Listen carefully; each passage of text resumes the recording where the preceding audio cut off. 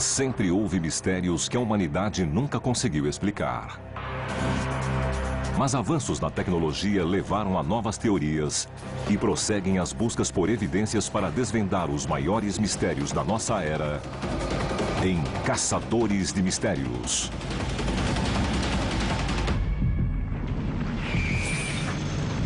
1946. Berlim, Alemanha.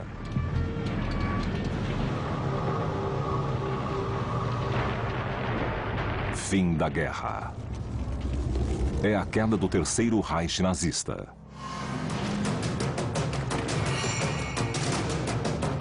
Os responsáveis pelos piores crimes do Holocausto começam a fugir. E a ajuda vem de uma sinistra organização criada para assegurar a ascensão de um novo império. O Quarto Reich. O nome da organização é Odessa.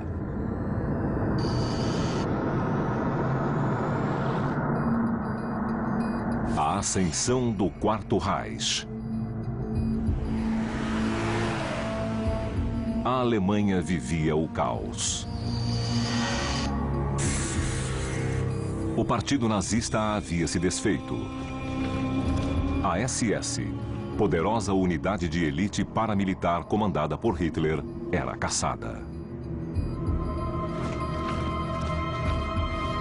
Mas rastreá-la não era fácil, e vários membros escaparam da captura.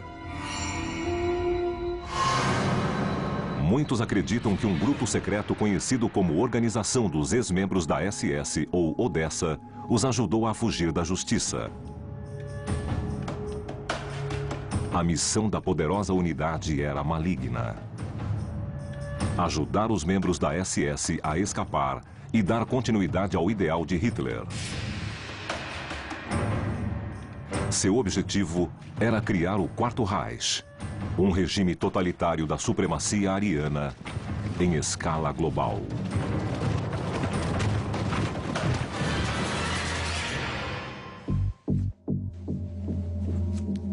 O grupo foi descoberto pelo famoso caçador de nazistas Simon Wiesenthal. Houve um período logo após a Segunda Guerra Mundial em que as organizações britânicas e americanas perseguiram os nazistas com um afinco, mas depois relaxaram. Era do interesse de caçadores de nazistas como Wiesenthal assegurar que o Ocidente continuasse perseguindo esses criminosos. Em seguida, o escritor Frederick Forsyth levou o grupo a conhecimento do público no livro Arquivo Odessa.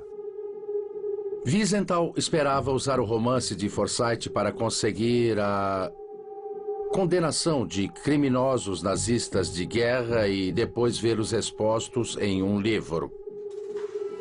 Muitos questionavam a legitimidade da Odessa, mas Wiesenthal afirmava que a organização era real. Wiesenthal parecia ter fixação pela ideia de que a organização Odessa existia e era um grupo enorme. Dizem que foi um oficial da SS quem lhe contou sobre a Odessa. Mas alguns documentos citam a Odessa nominalmente. Embora grande parte dos oficiais alemães negue a existência do grupo financiado e altamente organizado descrito no romance. Alguns fatos, porém, são indiscutíveis. 150 mil nazistas foram indiciados por crimes de guerra, mas apenas 30 mil julgados e menos ainda condenados. A maioria desapareceu imediatamente após o fim da guerra. Os mais diabólicos, como Josef Mengele e Martin Bormann, nunca foram levados a julgamento.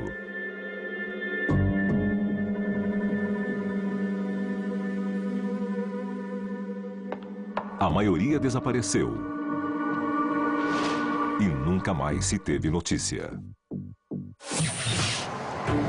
Agora, o Caçadores de Mistérios investiga a existência de uma rede secreta nazista chamada Odessa. Este documento revela muita coisa. A equipe de expedição fará a rota de fuga pela Áustria até a Itália. Ela buscará evidências físicas da organização e provas de que ajudou a fornecer proteção, documentos e dinheiro para facilitar a fuga dos criminosos. A equipe científica vai procurar provas não apenas da existência da Odessa, mas das atividades do governo alemão para encobri-la. Para tanto, ela vai investigar um relatório que afirma que a morte de um oficial do alto escalão da SS foi forjada para encobrir sua fuga para a América do Sul. O Caçadores de Mistérios também vai examinar a teoria de que membros corruptos de outras organizações como a Cruz Vermelha e a Igreja Católica ajudaram o grupo. Também vai investigar a teoria de que a ideia da criação da Odessa foi dos homens de maior confiança de Hitler.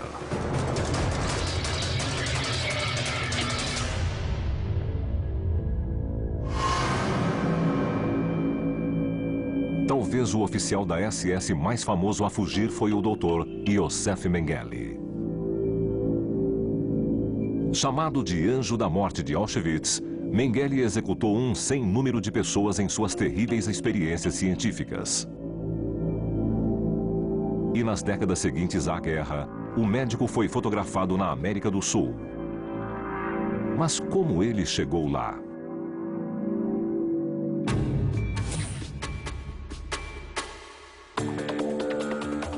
Uki Goni é jornalista. Nos últimos 7 anos, ele pegou a rota de fuga dos membros da SS, tal como fez Mengele. A trilha o levou a Innsbruck, na Áustria. Arquivo Nacional, Innsbruck, Áustria. Onde ele examina uma pasta do Arquivo Nacional. O documento é um raro registro escrito da existência da Odessa. Vamos olhar as pastas de 1949? Vamos.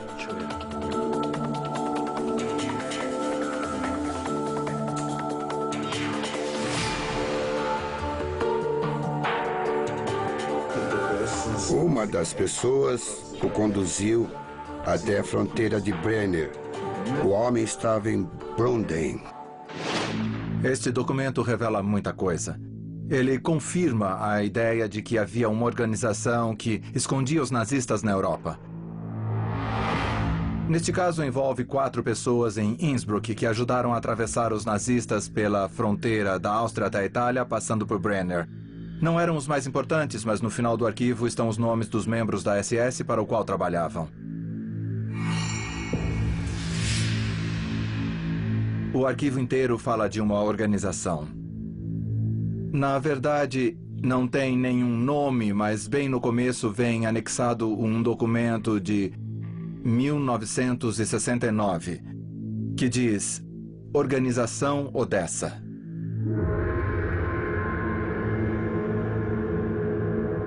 O documento é de 3 anos antes de Wiesenthal levar o nome da organização a público. Isso quer dizer que o governo austríaco investigava a Odessa antes mesmo de Wiesenthal.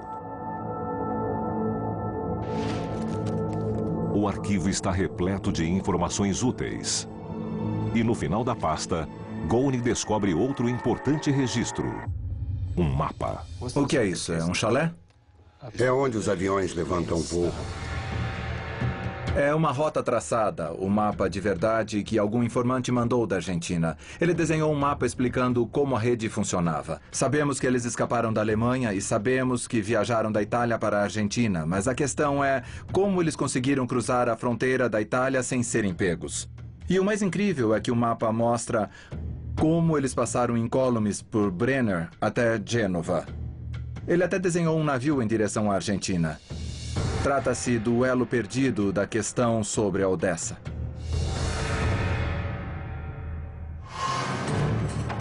O destino da trilha é o Tirol, região da Áustria.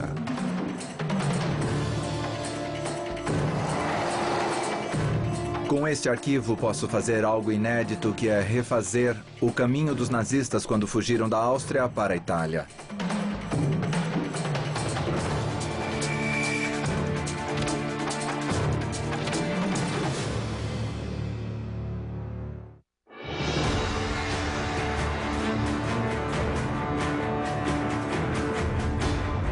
Caçadores de Mistérios percorre o mundo em busca de evidências que provem a existência da Odessa, a organização secreta nazista.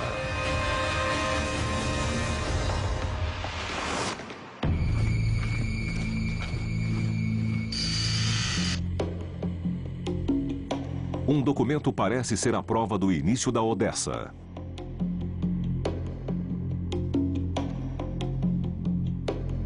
É o chamado relatório da Casa Vermelha. Revelado em 2000, ele contém detalhes de uma reunião secreta que aconteceu em 10 de agosto de 1944. Senhores, vamos começar a conferência. O documento fala sobre uma conferência entre os maiores empresários da Alemanha e os líderes da SS em Estrasburgo, França, no hotel Maison Rouge.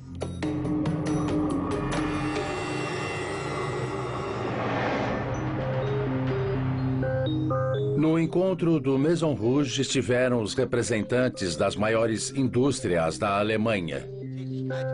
E foi presidida por um oficial do alto escalão da SS. E a pauta foi o futuro da Alemanha, já que era iminente que o país perderia a guerra.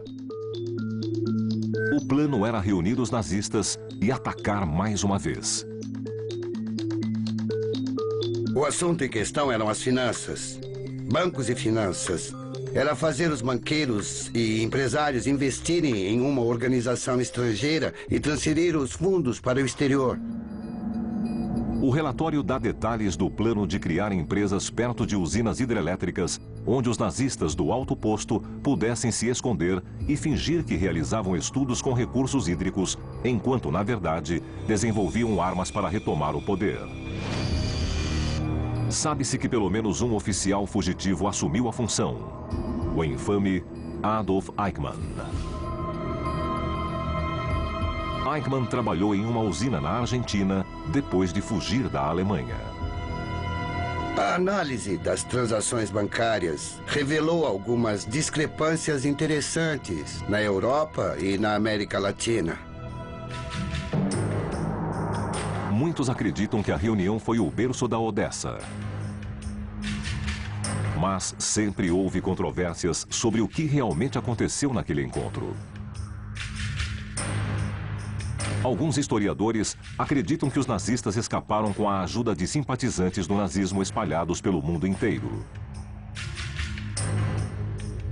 Já outros acreditam que os responsáveis foram padres católicos corrompidos.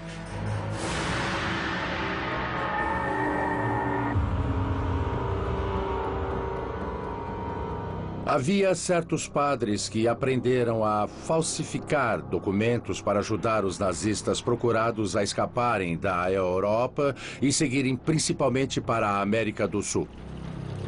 Os historiadores acreditam que esses membros do clero que ajudaram na fuga dos nazistas foram motivados pelo medo da ascensão do comunismo.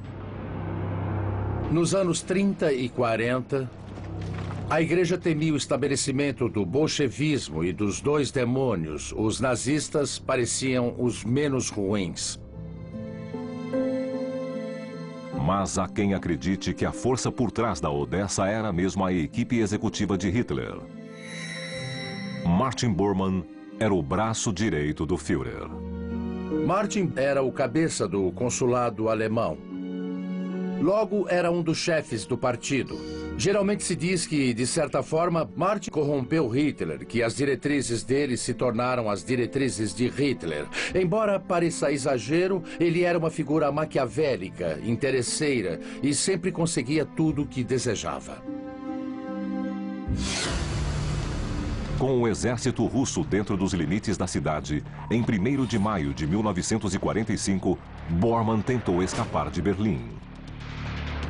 Mas segundo Arthur Axmann, oficial menos graduado da SS, Bormann foi morto em um fogo cruzado russo. E muitos acreditam na versão da sua morte em uma rua de Berlim. Arthur Axmann era da SS. Ele disse que viu o rosto de Martin e o reconheceu. Mas alguns afirmam que Axmann mentiu para encobrir a fuga de Bormann. As forças aliadas procuraram pelo corpo do oficial, mas nada foi encontrado. Bormann foi julgado em absente em Nuremberg, onde Axmann testemunhou. Quando Arthur Axmann contou essa história no tribunal de Nuremberg, a corte inteira deu risada, pois ele fez 7 retificações no próprio testemunho, naquela ocasião. Houve alegações imediatas de que Bormann e Joseph Mengele estariam na América do Sul. E durante anos, relatos de aparições foram registrados. Até que em 1972, funcionários de uma empreiteira alemã escavavam uma vala em Berlim quando encontraram a ossada de 2 homens. Estavam a apenas 10 metros de onde Arthur Axmann supostamente teria visto o corpo de Bormann. As autoridades alemãs alegaram que uma das ossadas pertencia a Bormann. E em 1998, realizaram o teste de DNA para dar a confirmação. Mas fatos ocultados durante a autópsia policial apontam para uma farsa. Sim, eu acredito que a ossada pertence a Martin. Contudo, acho que ela foi transportada. Para Thomas, o crânio foi exumado no Paraguai e reenterrado em Berlim para esconder o fato de que Bormann realmente sobreviveu à guerra e fugiu da Alemanha. O problema é que o crânio de Martin estava coberto de terra vermelha e todos os outros ossos estavam limpos, sem nenhum sinal de terra vermelha neles. Este tipo de terra vermelha não é encontrado em Berlim, mas é igual ao encontrado na região de Itá, no Paraguai, para onde dizem que Bormann teria fugido. E existem outras incoerências. O esqueleto está incompleto e faltam algumas vértebras e tem vários dentes com obturações que não constam dos registros originais de Bormann. Criminosos geralmente mudam cadáveres de lugar para afastar os investigadores das evidências da real cena do crime. Esse tipo de coisa acontece, sim. De repente, um corpo aparece em outro túmulo. Mas se Bormann não morreu em Berlim, para onde ele foi?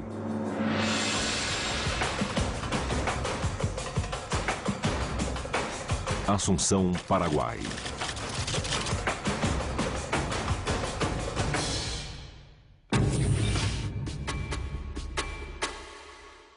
O jornalista Graham Wood pesquisa a ligação entre Bormann e a Odessa. Wood começa a caça com uma pista em Assunção, capital do Paraguai. Aqui encontrei uma pessoa que afirma que Martin estava no Paraguai quando morreu em 1959.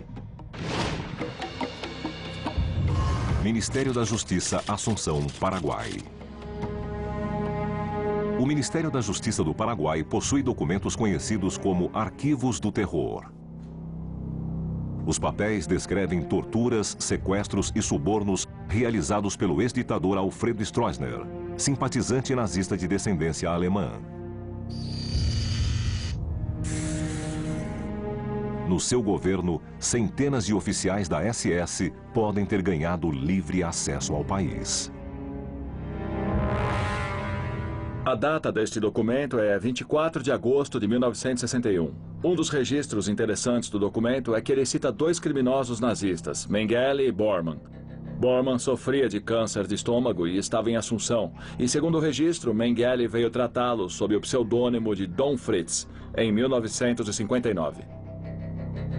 De acordo com o documento, Mengele foi chamado para socorrer Bormann.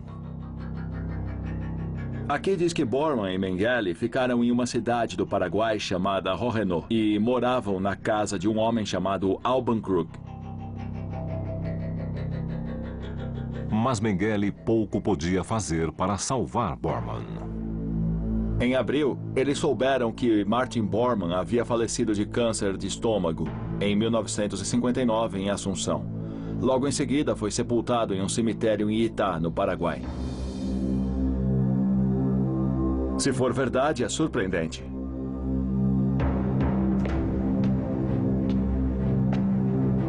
A presença de Bormann no Paraguai pode ser a prova da existência da Odessa e de uma farsa ainda maior.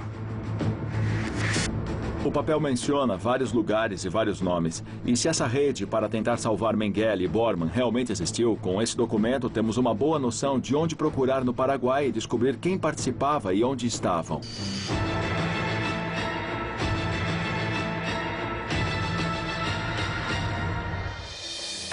Assunção, Paraguai. A cidade de Rohenô foi fundada em 1900 por imigrantes alemães. Muitos moradores eram leais à pátria-mãe e simpatizavam com a causa nazista, tornando-a o esconderijo perfeito para fugitivos tais como Mengele e Bormann. Rohenô, Paraguai.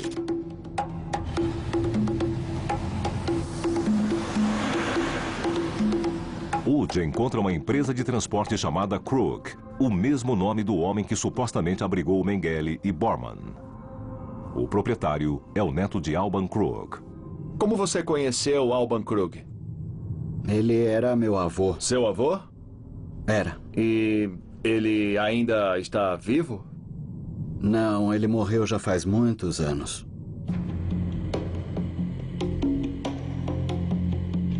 Krug é jovem demais para se lembrar de Bormann ou Mengele, mas conta a Wood que a casa em que eles moravam fica na periferia da cidade. Ao final de uma estrada lamacenta, Wood encontra a casa que foi vendida pela família. No arquivo, o nome Alban Krug aparece várias vezes e aquela era a casa dele. Segundo os documentos, Josef Mengele e Martin Bormann viveram ali. Mengele ficou aqui durante uns 15 anos e é fácil entender por que ele escolheu um lugar como este. Estamos no Paraguai, no meio do nada. Foi muito difícil chegar até aqui e não dá para encontrar esse lugar a não ser que você saiba onde ele fica.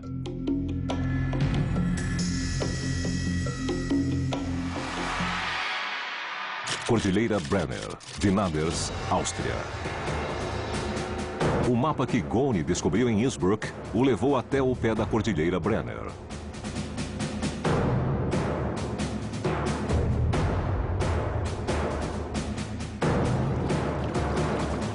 Foi por meio dessa passagem que os criminosos de guerra nazistas conseguiram escapar da Alemanha e entrar na Itália sem serem descobertos. Neste pacato vilarejo nas montanhas, na fronteira entre a Áustria e a Itália, alguns dos criminosos mais nefastos da guerra fugiram da Europa depois do fim do combate. Atrás de mim fica a pousada Vinaders e estamos no lado austríaco da fronteira com a Itália. Perto da pousada, uma capela no alto de uma colina protege a passagem.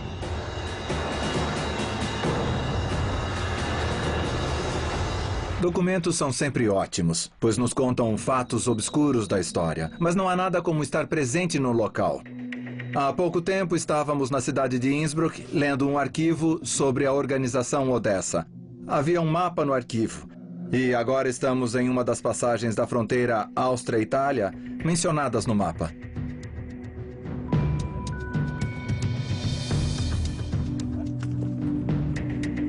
O caminho é íngreme e cansativo, mas Goni consegue chegar ao topo. Este é o ponto mais alto da Cordilheira Brenner. Aqui é a fronteira. E naquela direção fica a Áustria e a Alemanha. Os nazistas passaram por aqui. Deste lado era a justiça, era a condenação, o Tribunal de Nuremberg. E desse lado era a liberdade.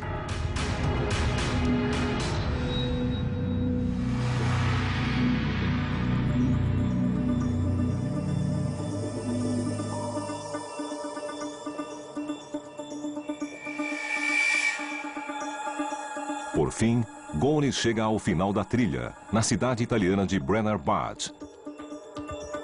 Ele acredita que membros da igreja deram apoio aos oficiais da SS em fuga. A história basicamente se passa aqui. Ali tem uma igreja, o que significa que os padres receberam os nazistas na Itália e providenciaram documentos com nova identidade e nome falso. Ali tem a estação em que eles pegaram o trem para Gênova, onde cruzaram o Atlântico rumo a uma nova vida em outro continente.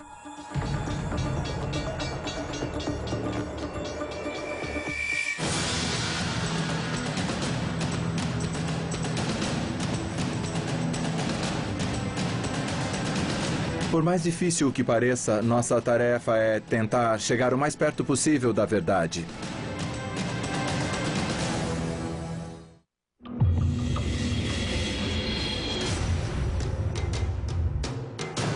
O Caçadores de Mistérios está em busca de respostas sobre a infame organização Odessa.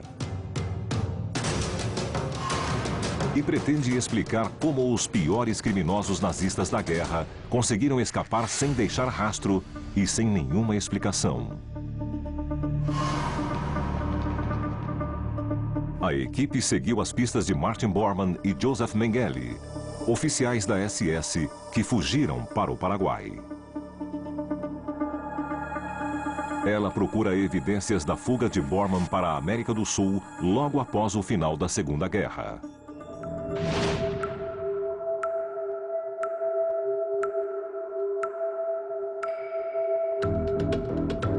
Documentos conhecidos como Arquivos do Terror levaram a equipe a esta pousada em estilo alemão.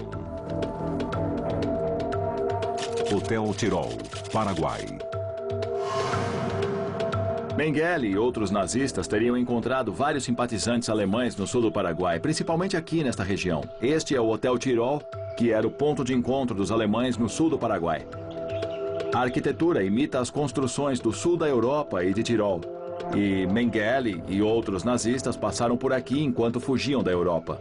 A inclinação do telhado serve para suportar o peso da neve, mas é claro que aqui, no meio da selva, nunca nevou. Embora em funcionamento, o hotel está praticamente vazio. Wood visita uma série de quartos separados do restante do hotel. Entre eles está o quarto 26, que o jornalista já conhecia de suas pesquisas. De acordo com Simon Wiesenthal, no início dos anos 60, Mengele soube que estava sendo procurado e seria caçado onde quer que estivesse. Neste quarto, que ele ocupou em 1964, Mengele recebeu um telefonema à 1 da manhã e imediatamente saiu daqui. Correu pelas ruas ainda de pijama. E logo depois, um grupo de homens chegou em Tirol. Pediu para ver o quarto dele, vasculhou tudo e descobriu que havia sido desocupado pouco antes. Wood pergunta sobre a história do hotel, mas os proprietários se recusam a comentar. Ele deixa Renault com destino ao cemitério municipal de Itá, outro local que os arquivos do terror indicam como pista. Eu encontrei nos arquivos um documento do governo que diz que Martin Bormann morreu em 1959 sob os cuidados de Joseph Mengele. Diz que imediatamente após a morte ele foi levado para a cidade de Itá e enterrado no cemitério municipal. Cemitério Municipal, Itá, Paraguai.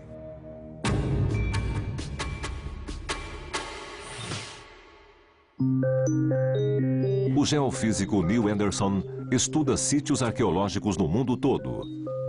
E hoje vai ajudar Wood a examinar o suposto túmulo de Bormann.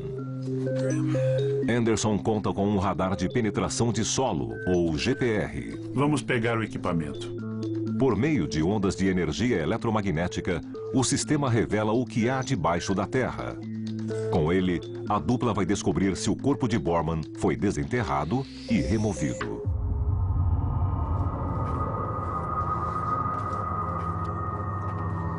Sejam bem-vindos. Bom dia. Bem-vindos à nossa casa. O coveiro os conduz por entre um labirinto de túmulos próximos uns dos outros.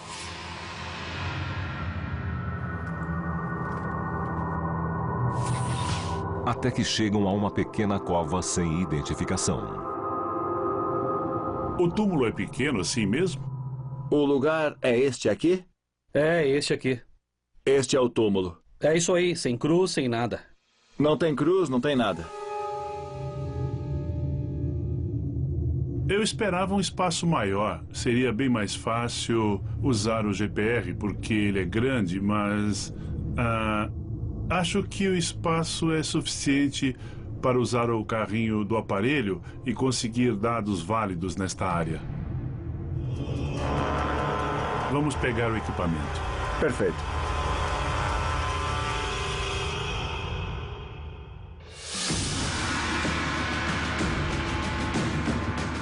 O Kigone refez a rota de fuga dos oficiais da SS em fuga da Alemanha a caminho da cidade portuária de Gênova, na Itália. Gênova, Itália.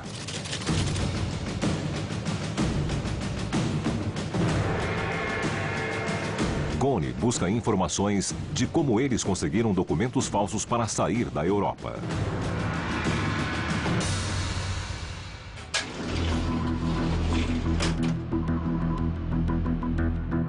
Estamos no escritório do maior jornal de Gênova, que realizou uma grande pesquisa sobre o nazismo na cidade. Goni vasculha fotografias e artigos. E encontra algo impressionante. É o passaporte da Cruz Vermelha de Eichmann. Adolf Eichmann foi o chamado arquiteto do Holocausto. Incumbido de criar uma solução final, ele organizou o transporte de milhões de judeus para os campos de concentração. Com o passaporte, Eichmann fugiu da Europa em 1950 sob o nome falso de Ricardo Clement. O responsável pelo pedido do passaporte foi o padre de uma paróquia de Gênova. Temos o endereço dos padres que assinaram o documento. Goni encontra uma foto do padre. É um momento de entusiasmo para mim, porque há vários anos venho estudando esses documentos e como os nazistas passaram pela Itália a caminho da América do Sul. Agora, tenho o endereço de onde eles ficaram em Gênova e o nome dos padres que os ajudaram. Pode ser a prova da ligação real entre essas organizações e a Odessa. Vamos conferir os endereços das igrejas e hotéis onde os nazistas ficaram. E vamos confrontar esses documentos com a realidade e ver o que acontece.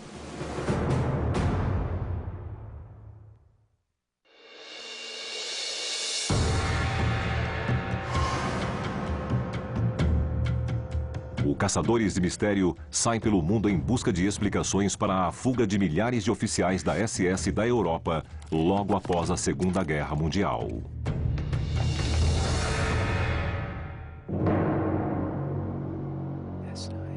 Durante décadas, ouviu-se rumores de uma organização secreta chamada Odessa, dedicada a perpetuar a causa nazista.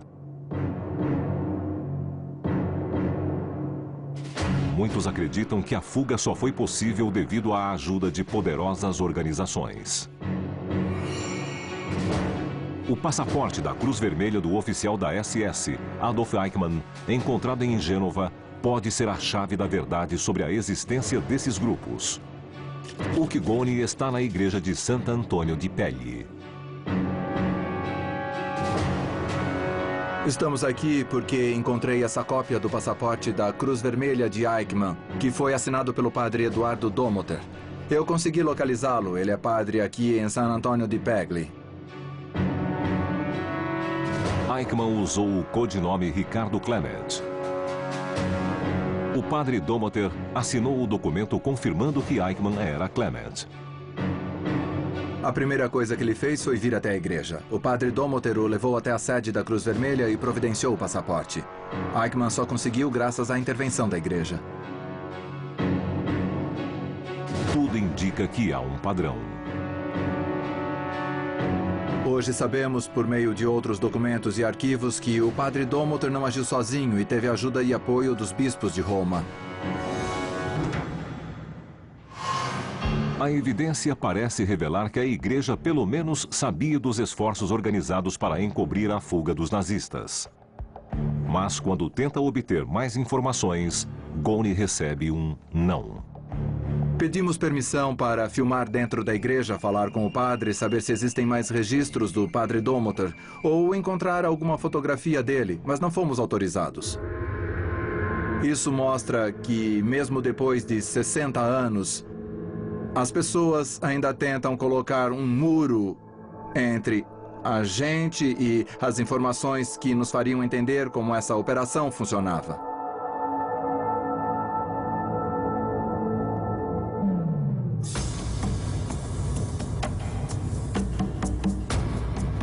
A procura de Goni começa no número 9 da Rua Balbi. O endereço da pensão San Carlo, que supostamente abrigou Eichmann antes de ele seguir para a América do Sul.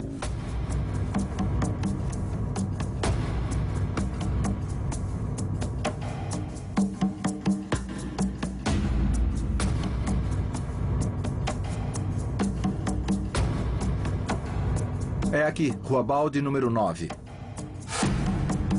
Foi o último lugar em que Eichmann esteve, de acordo com o passaporte da Cruz Vermelha. E ele não foi o único, pois sei que outros nazistas também ficaram aqui. Está tudo fechado e trancado. A pensão parece abandonada há décadas. É impossível entrar e não há ninguém a quem perguntar sobre sua história. Mas bem ao lado fica um local familiar. A igreja de San Carlo fica ao lado da pensão San Carlo. O que acabo de constatar é um padrão que parece repetir-se em todos os lugares por onde passamos. Na Cordilheira Brenner tem uma pensão e uma igreja ao lado. Aqui em Gênova tem uma pensão e uma igreja ao lado. Nesta viagem ficamos frente a frente com a verdadeira Odessa. Não a Odessa da ficção, mas algo muito mais vergonhoso, muito mais comprometedor e mais ameaçador.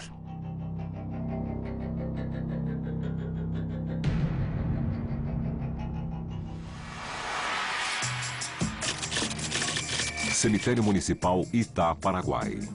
No Paraguai, o Caçadores de Mistérios está à procura de mais evidências de que Martin Bormann, oficial do alto escalão da SS, fugiu para cá depois do fim da guerra. A equipe acredita que aqui se encontra um túmulo sem identificação, onde os restos do nazista foram enterrados logo após sua morte na América do Sul. Teoricamente, o corpo de Bormann foi desenterrado e levado de volta para a Alemanha como parte da farsa. Um radar de penetração de solo será usado para examinar a cova e constatar a existência de um corpo. O túmulo de Bormann mostra claros sinais de violação. No Paraguai, as covas são rasas e protegidas apenas por tijolos. Ao retirar o material que está na superfície, encontramos vários pedaços de tijolos quebrados. Parece que foram quebrados com uma marreta. Neste canto, os tijolos estão intactos, mas nesta parte parece que foram destruídos.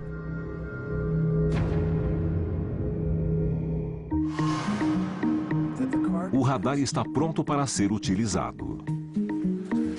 Graham, este é o nosso radar de penetração de solo. É o sistema de controle. À medida que os dados entram, a tela exibe as parciais. E o sistema basicamente acaba gerando uma imagem bidimensional do que está embaixo da Terra. O aparelho lança ondas eletromagnéticas no chão. As ondas refletem no objeto enterrado e criam uma imagem em forma de U. E qual é a precisão da imagem? Dá para ver a ossada? Provavelmente não vamos ver os ossos individualmente, mas esperamos pelo menos ver algo que indique que a terra foi revirada e que a cova foi violada. Se existir um caixão aqui, vai ser possível ver o reflexo da tampa e também da parte de baixo dele. Se a terra foi revirada e não tiver um caixão, a única explicação lógica é que o túmulo foi violado. E que se alguma vez enterrar um corpo aqui, ele foi retirado depois. A equipe fará várias varreduras da superfície e da cova, até conseguir uma leitura clara do que existe embaixo da terra. Ei, Graham, eu consegui uma imagem ótima. Os dados estão prontos.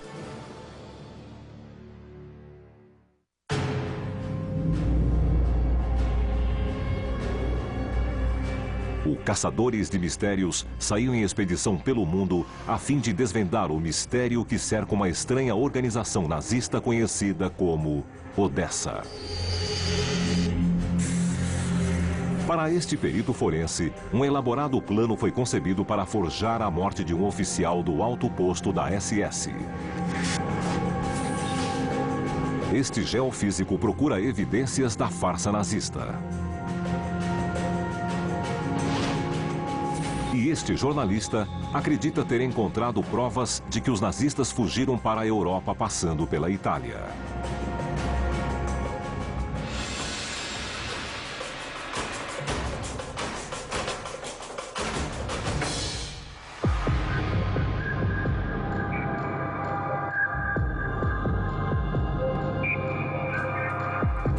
A equipe científica está no cemitério de Itá, no Paraguai, para tentar provar que Martin Bormann foi aqui enterrado em 1959. Mas depois, trasladado para Berlim. Com a ajuda do radar de penetração de solo, ou GPR, será traçado um perfil do que realmente existe embaixo da superfície. À medida que eu passo o aparelho pela superfície, os dados vão sendo emitidos ao longo do trajeto e de pontos imediatamente adjacentes à cova e exibidos na tela do sistema.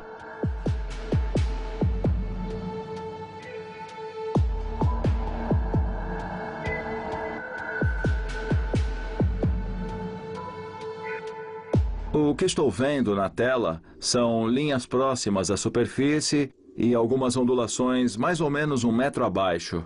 É isso mesmo. Essas ondulações em camadas sugerem que a Terra deste espaço não dá qualquer sinal, não parece ter sido revirada. Anderson fará mais 4 varreduras na cova antes que a imagem completa do subsolo seja revelada. Isso é ótimo, Graham. Na cova ao lado, dá para ver uma alteração em forma de U bastante saliente, que para mim sugere que tem um caixão enterrado no local. Na primeira cova, as imagens foram de ondulações que nós dois vimos claramente e indicam que no suposto túmulo de Bormann, a terra foi revirada. Parece que foi escavada, mas não vimos nenhum objeto enterrado. Se havia um caixão enterrado no túmulo de Bormann, ele já foi retirado.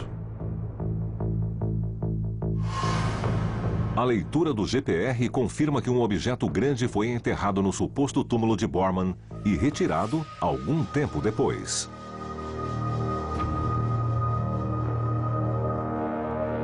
Embora o coveiro tenha dito que Bormann foi enterrado aqui, parece que não tem nada na cova.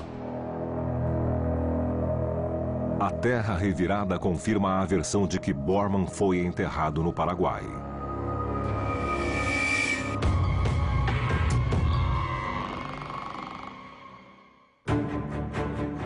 O Caçadores de Mistérios descobriu novas e importantes evidências que ajudam na confirmação da existência da Odessa. A expedição encontrou um mapa inédito nos arquivos da Áustria. O documento revela que uma rede atuava em conjunto para esconder e proteger criminosos nazistas de guerra.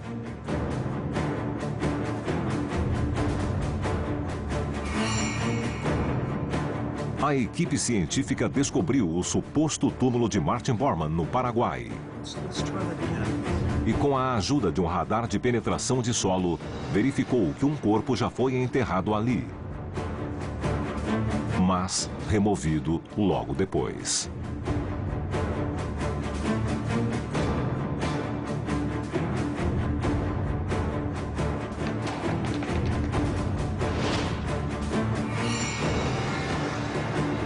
A expedição teve um saldo positivo e agora sabemos como a organização Odessa realmente era.